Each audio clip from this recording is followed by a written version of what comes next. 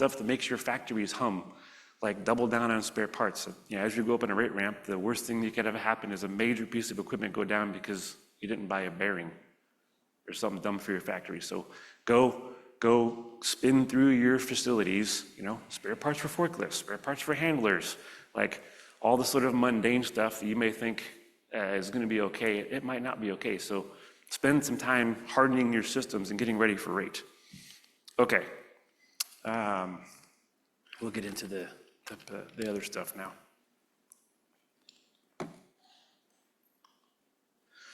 So we've started our meetings internally with our values. So Kelly came in, Ortberg, and normally this is the kind of thing that a bunch of executives sit around in a conference room with the HR people and dream up and banter back and forth, and with what do the people really need to hear. And you all and your teams probably do the same thing, right? You make up what you think the vision ought to be for your companies. For us, Kelly nominated a group of largely non-managers, people from the factory, people from the office, and said, would you do this for us? Tell us what we should do. And so this, you see the sort of real plain words on the screen, right? You see our Connect, Protect, Explore the World and Beyond. That's actually endured. That's been with us for a long time. Our values are the things in blue, and then our behaviors. And if you interact with Boeing people and you don't see us behaving that way, you should call us on it, right? But there's really cool things in here that our teams resonate with. Give a damn. That's pretty simple. Give a shit what you're doing when you come to work and make it better, right? Be accountable, make decisions, shape the future, ask for help, and give it out freely. One of the things I've said over and over at these conferences and others is it's hard to manage a secret. Bad news doesn't get better with age, right? Asking for help is a sign of strength, not weakness. All those things are big deals. But drive those into your teams. And by the way, I would say, if you want to use this for your teams and say, well, if it's helpful for you guys, it's on our website. It's not a secret. You can steal it and use it and change the words and have fun with it. But it's fun from a style standpoint. It's fun starting a meeting. Every one of our big meetings starts like this, and we ask somebody, hey, pick something that means something to you. And for a while, it's a little clunky. People are a little bit uncomfortable. Now it's an active conversation that's really fun. And so this is part of the culture shift that we've been going through. And so I thought I would start with the same thing with you all. Okay, so we're going to spend the first little bit of time looking backwards 25 years. It's hard to believe a quarter century has already passed beyond the year 2000. It's also hard to believe that I haven't updated my profile picture in about 20 years as well. So I think I'm going to have to remedy here soon because I look nothing like my photo. With that, what's happened the last 25 years? The GDP has doubled. The world economy has doubled. 2 billion people have been added to the planet. The Asia Pac has gone from 24% to 38% of GDP.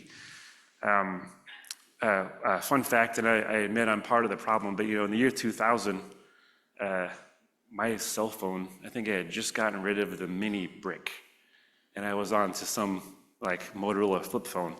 But now, how many of you had 2 phones in your pocket, right?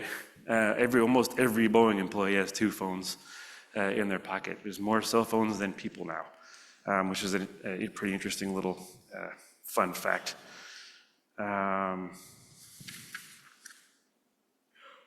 25 years ago, compared to now, passenger traffic has grown 300%. But we've only doubled the fleet. Pretty interesting, right? 3 times more people with only twice the airplanes. I'm going to have a lot of charts to talk about this, about how airlines have gotten more productive. Productivity means flying more frequently, bigger aircraft, and bigger load factors, okay? So we'll have some more data to talk about that. Looking at the single aisle on the left, twin aisle on the right. So if you look now, the blue 2025, 25% of the single-aisle airplanes are between 180 and 189 seats. If you expand that just 10 seats, so 170 to 189 seats, it's 50% of the single-aisle market, 50% of the single-aisle flights. 25 years ago, 90% of the aircraft had less than 160 seats in single aisle. 90%. It's hard to believe, but now when you look at the airplanes, look how much longer these things are, right? So a whole different fleets. That's part of how we did we as an industry, 3 times the traffic with twice the airplanes. Twin aisle, similar story. 2/3 of the aircraft in the year 2000 at less than 270 seats. Now the median is 300. So bigger, more capable twin aisle aircraft.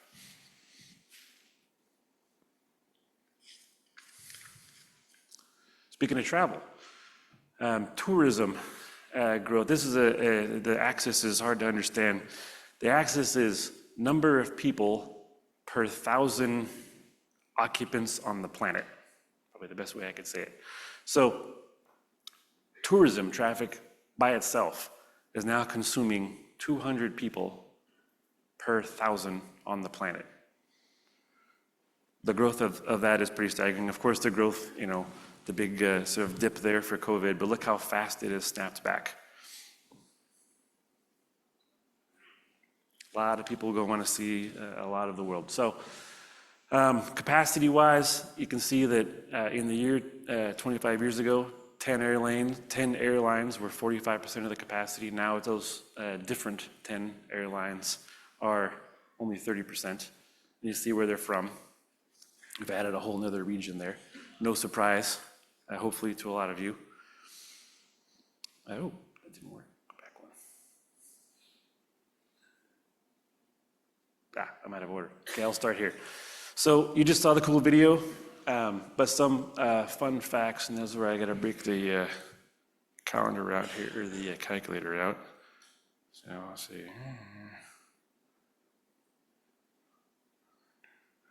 So since I've been standing up here, 540 737s have taken off and landed. By the time they get done, it'll be 3,600. Staggering. Staggering, right? The 87, you saw the news article, I don't know, a couple months ago, that in the fastest selling wide body, in less than 14 years, has flown 1 billion people. By the way, we got, another backlog, huge backlog that's as big as the backlog we've already delivered, and there's every indication the thing will continue to sell and be a big deal for a long time to come. 777, it's been around a long time. It has a huge passenger preference, passenger following, and will have another 30-year life as soon as we get the X certified and delivered. Let me go back. Yep, that's the one I wanted. City pairs, over the last 25 years, 12,000 new city pairs have been created. 12,000 in the last 25 years. Most of them are in those light circles, sort of doesn't project that well, but those light circles are sort of within region, within Europe, Middle East, Africa, within Asia, within the Americas. A bunch of them, the 800 or so are between regions, and so that's important. I got a few more charts on that, but this is an important thing to keep in mind.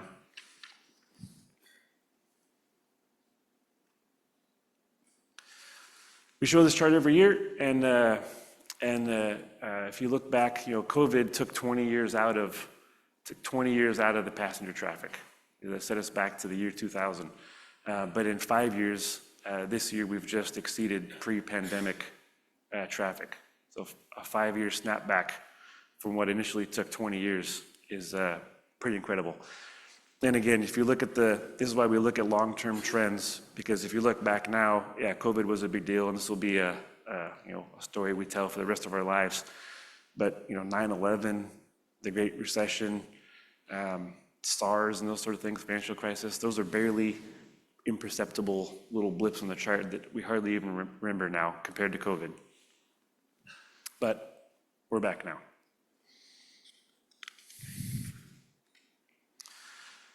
And problem is, we're back, but we are now underserving the market. We, us, and our friends across the pond are underserving the market to the tune of 1,500 aircraft. We should have done better. We all should have done better and put 1,500 airplanes in. What's interesting is, of the current flying fleet, 11% of them should have already been retired. 11% of the flying passenger fleet are above their economic life. That's double the long-term average of about 6%, because we've underserved the market. But I have a feeling we'll get there. We, all of us in the room, have built at very high rates in the past, and you all are investing, we're investing to build at very high rates in the future, and we will get it back.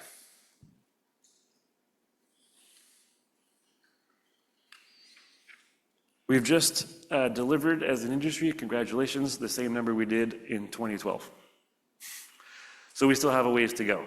But since then, 60% more traffic. Again, this is that theme of the airlines being more efficient, utilizing their assets and having bigger assets that are more reliable, and extending the life of their aircraft. So going into our 20-year current market outlook, these are the numbers that get into it. We look at it, the GDP numbers there, the passenger traffic, cargo traffic, and fleet growth. Of that 4.2% passenger traffic growth, 2 to 3% is in developed economies. That's the contribution going forward. Developing economies, 7%, up to 7% for the emerging markets. And what's interesting is, you go, geez, look at that 3.1% fleet growth of new aircraft. It's lower than both the cargo traffic and the passenger traffic. So that means the airlines have got to continue to get more efficient at flying airplanes more frequently, higher load factors, and with bigger airplanes.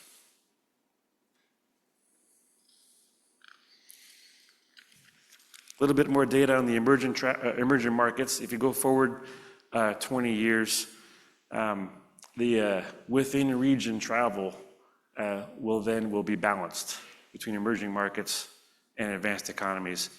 Between regions, this is the little light blue circles against or dark circles against the bigger, lighter shaded circles.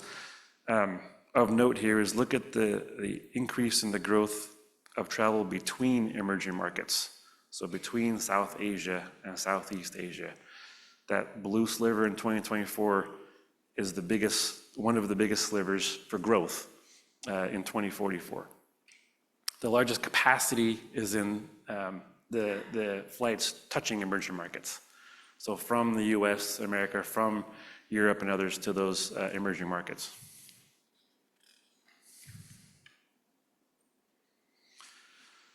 So you've seen numbers like this before, 43,600 aircraft that have got to get built in the next 20 years. If we could snap our fingers, we'd be making 2,180 aircraft a year starting right now. That means us and Airbus should be producing 182 aircraft a month starting right now. Neither one of us are doing that, right? Neither one of us are doing that. So every month that we miss 182 stacks into a future month in the future, which is why you see the rates that Airbus puts up that they're going to go to, and why we're studying and going up in rates as well. We've got to serve the market.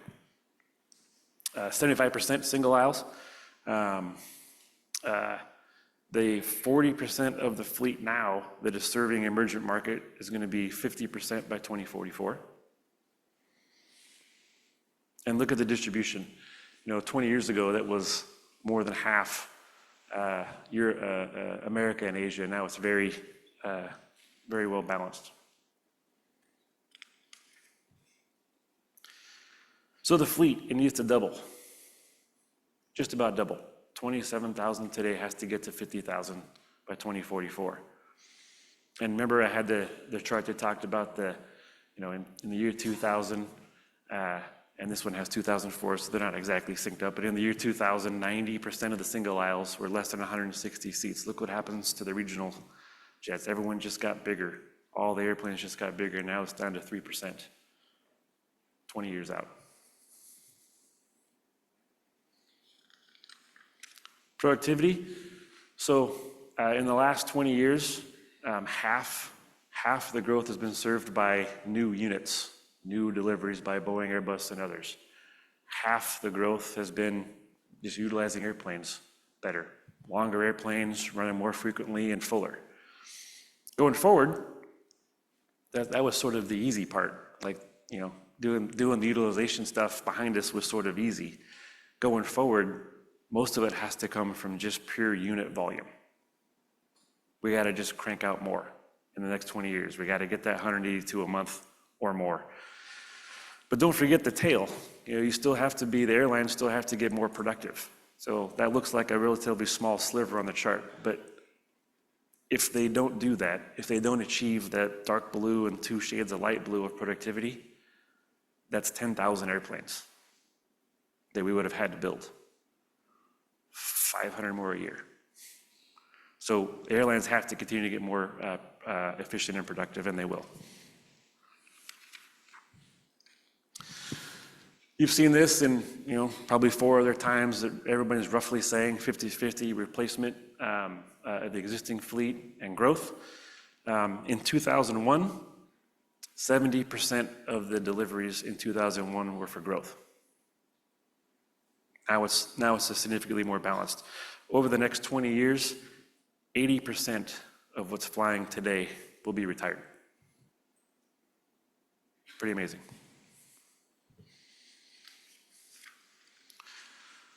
Where are they going to replace it, and where is the growth coming from? So you see in the developed markets, North America and Europe, half is going to be replacement, versus a little less than 30% for us on growth on this side. On the flip side, look at the amazing growth in the emerging market. Yes, there's some replacements, but it's a pretty staggering growth story.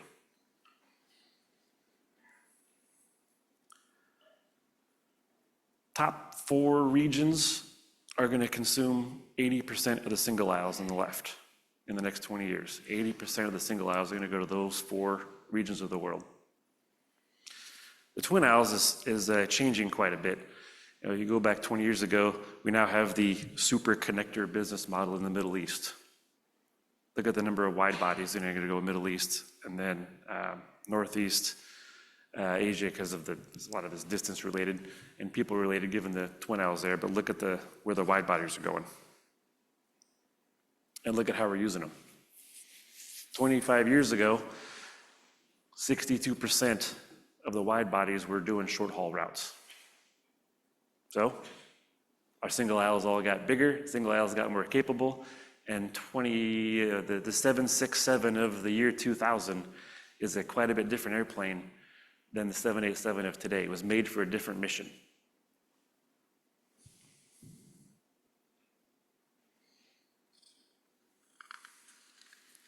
Sticking with wide bodies for a moment, this is a pretty big shift and a big sort of rebalancing of the global wide body market. Half of it was us, North America and Europe, 20 years ago. It's going to be 30% in the future. Significant growth, and you see all the announcements from the Gulf carriers, the Middle East carriers, and the Asian carriers. The wide body fleet is definitely shifting to a different structure.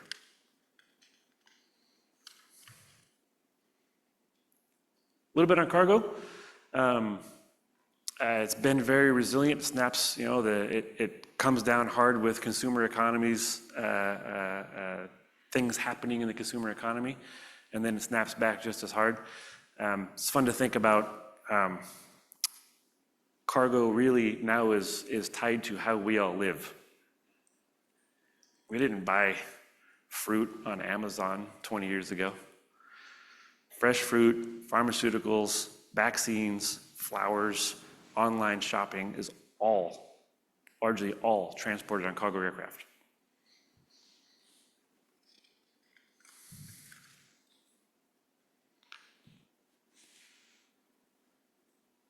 So as the world continues to grow, we're all going to keep buying stuff on Amazon and whatever the Amazon is in various regions. You have some of the same dynamics here that the freighters have to get more efficient. So today, the freighter airplanes make up 8% of the market. They're flying 50% of the cargo, dedicated freighters. They're really, really efficient at moving packages. In the year 2024, that'll be 57% of the freight will be on dedicated freighters. 90% of the air cargo revenues are earned by airlines with dedicated freighters. So belly cargo is shifting a little bit, right? It's more towards the freighters now. 45% of the replaced or of the that growth will be retrofitting passenger airplanes, retired passenger airplanes. Right now, the fleet is 2,375 for dedicated cargo airplanes in 2024. In 20 years, almost 4,000.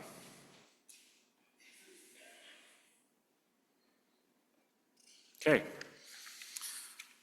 From a market standpoint, I think you've been here for 2 days now, you've seen over and over again, there's not a demand problem, there's an us producing problem. So the demand, you got to make sure you talk to this is why we do this. Talk to your suppliers, talk to the people that don't see us every day, and hear this from us. For many of you, this is like, same over again. Yes, you're going to make 40,000 airplanes in 20 years. But how many of your suppliers and employees and sub-tiers don't see this information and don't know it? So you guys in the room have got to take these messages back and try to build the confidence that, yeah, this is a long-term business. Sure, 2026 is going to be not as good as you all wanted it to be. Us too, right? But this is a long-play business, and you guys got investments that, you put something in the ground now, you spend capital on something now, in 3 to 5 years it might be producing, right? But you got to be looking forward at all these kind of volumes when you're making your investments. Again, 182 aircraft a month. If we could snap our fingers, us and Airbus, right? We'd be making 182 a month right now for 20 years. Okay, enough about airplanes. A few things on titanium. So, this has not been something we've talked about a lot, other than, last year, but there was a documentation problem in some parts of the supply chain for titanium that many of you knew about it. It affected all of us. No, it wasn't an effect on Boeing, it affected everybody. We've spent a lot of time out in the supply chain with our technical teams, learning about the sources, testing metal, looking at how all this happened. There's no safety flight issues. We've replaced every part in our factory that had been affected. But what are we doing about it? Well, we're doing some better training. We have this document called DO-14426. It's been around for a long time. It talks about qualified sources for titanium and metal. And we've got to do a better job training our supply chain how to use it. Remember, half of the team that works for me at home has been here less than 5 years. That document's been around since before I came to Boeing. So think about in your own command media and how you could all probably do a better job training your new employees how to read the old stuff that you do, right? And so that's a little bit what we're experiencing. We're trying to train a new generation of people how to read our documents. So we're going to get we have updated the training there. We've got enhanced requirements for chain of custody from producer all the way through part. We're getting a little tougher on the distribution business. Sorry, distribution friends, but we don't have much tolerance at this point for brokers, and so we're going to make it really hard. We're going to have AS9100 requirements, AS9102 requirements if you're going to be a distributor in our chain. We're going to increase our oversight with audits. We're going to increase the requirements on periodic testing for metal to try to eradicate this problem. The good news is that when you look at, for Boeing commercial airplane titanium parts, there is one really good way to not have this risk in your supply chain, and it is buying metal from Ruth, from the BRMS strategy. What we found is we had absolutely no escapes through our system. All the escapes came from folks that didn't buy from us. So, little public marketing thing there. We have a strategy. We've had it in place since 1998. We are not letting go of our strategy. We're going to keep doing it. And if you're making commercial airplane parts for us and buying titanium, please come see Ruth. Okay. And I know that the sometimes we've got a new software system. It's called RMAS. Look, I know it's kind of a pain in the ass. It's pretty rigid sometimes, but it's that way for a reason. And so don't suffer in silence if the system is making you angry or somebody at TMX isn't answering the phone. Like I said in the very beginning, ask for help. Right, we're all here to help you. That's why I had people stand up. Ruth bought lots of business cards, and so did Lindsay, and so did Pradeep. So please ask for help if you need it. And I know that on my side, I'm now the customer with all the structure suppliers, and I damn well know who to ask for help. So I'll be doing that as well. Next. Okay, I did drop out the inventory chart that I normally do. Sorry to disappoint. We are in the quiet period, and some things I just can't put in the public forum. However, I'm going to draw a chart for you. So I commend my Airbus friends for being super transparent. Like transparency is a good thing. I'm glad they did it. You know, some of you didn't like the news, but guess what? Bad news doesn't get better with age. They've got a system and a way of running their supply chain that's different than ours. It's fine. And so, you know, the chart that Olivier showed yesterday, right? 26 goes like this, 27 goes like this. If I was to draw our chart, you know, and here's 25, here's 26, and then 27, 28, and on. So we're going to be flattish. Don't nail me down and say exactly flat. We're going to be flattish, really close to flat in 2026. And then we're going to go up in 27, 28, 29. You're welcome. Why am I saying that? You're welcome because the way we run our strategy, buying and selling metal, we have the blessing and the curse of holding inventory. It's a choice we made in our strategy. And COVID wasn't anybody's fault. The things after COVID, we certainly own the blame on many of those things. And so we made a conscious choice to continue buying hot, not just metal, parts, sections, assemblies, all kinds of stuff. And so we're carrying a lot of inventory. And we're doing it not for now. We could manage cash and do different things now and probably crash the system a lot harder. And that would hurt all of you, and you wouldn't be able to ramp with us in the future. So we are making a conscious choice to slow our inventory burn, keep everybody running, including the machine parts guys, the structures guys, everybody I've got now in my supply chain. And what I don't want to have happen is someone take drastic action, lay off a workforce that you're going to need in a year. You know, what the direction we have internally from our boss is burn inventory, but don't do anything dumb. So we're trying not to do something dumb. And so for us, it's going to cause some, we would rather burn more inventory and do a different profile. We're not going to. We're going to keep it steady and then slowly increase. And it's going to take us 3 to 5 years to get down to nominal inventory. We're okay with that. We grew inventory on purpose to be able to deal with the Russia-Ukraine conflict. The world is an interesting place right now in terms of global relationships, and so we're comfortable staying a little hot on inventory and making sure that we can hit the rate ramp when we need it, and that's where we're at. Scrap. We talk about scrap every year. Scrap is a big important thing to the whole supply chain. Sponge got expensive, sponge got tight. Scrap is tight because we weren't machining and we were buying inventory, so we were sort of out. We didn't have the buy and the buy of metal and the creation of scrap synced up. And so scrap got really tight and expensive. We know all of this. We collect a lot of scrap. We, through headcount reductions and just managing our business, probably didn't do as good a job as we could have or should have collecting the chips from the supply chain. Guess what? My new job is making chips. So I'll be working with Pradeep and Ruth and making sure we're getting the chips. We already started. If you haven't been audited or visited by Boeing, we've done the math and we know how much scrap you owe us, and we're going to come talk to you. We've been doing that for the last year or so. We've increased the collection rate 18% and 36% in terms of recovery. And so you can't hide. We will come find you and get the chips, is the short message. We're doing a little bit of a regional distribution. I had prettier charts in the past that showed cool maps and all this. I was just going to use words here.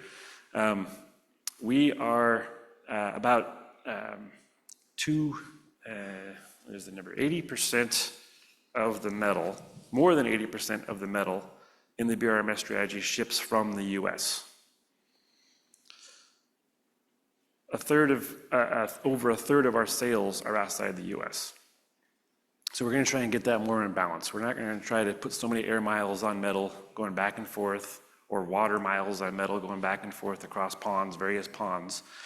This is largely going to affect the forging side, right? Flat products and sheet and plate, long products will largely stay in the US.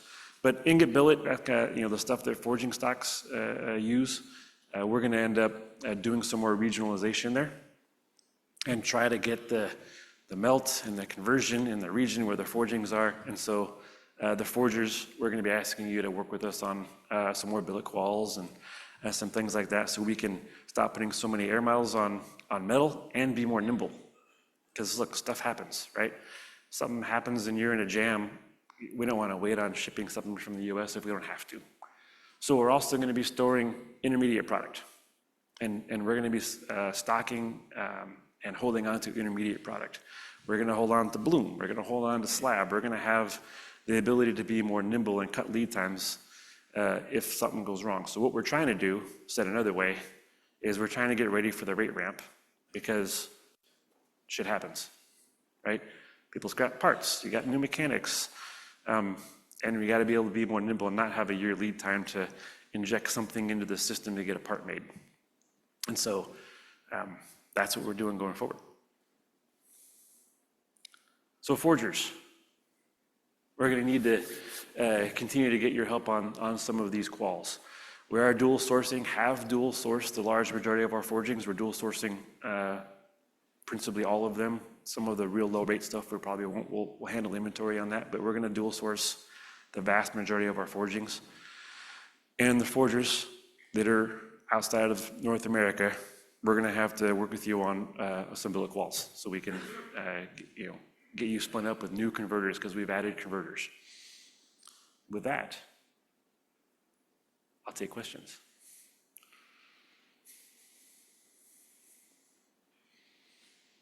Don't all speak at once.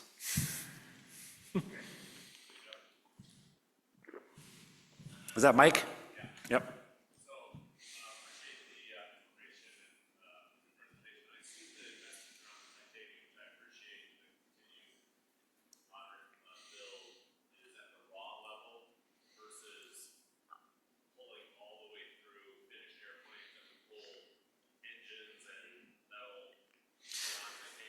No, it's a good question.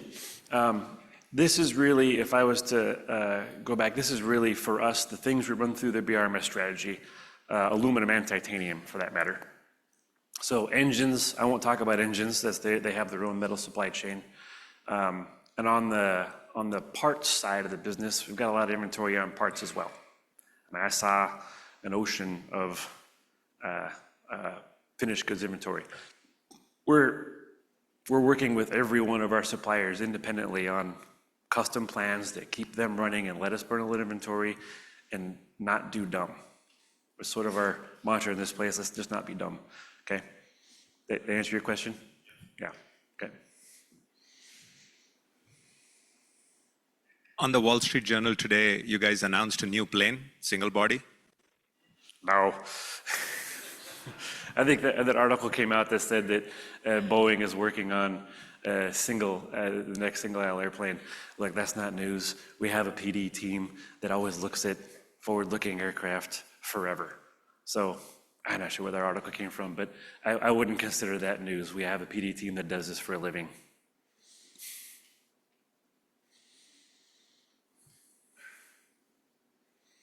So does Airbus, by the way. They got a team looking at this too. Right? There you go.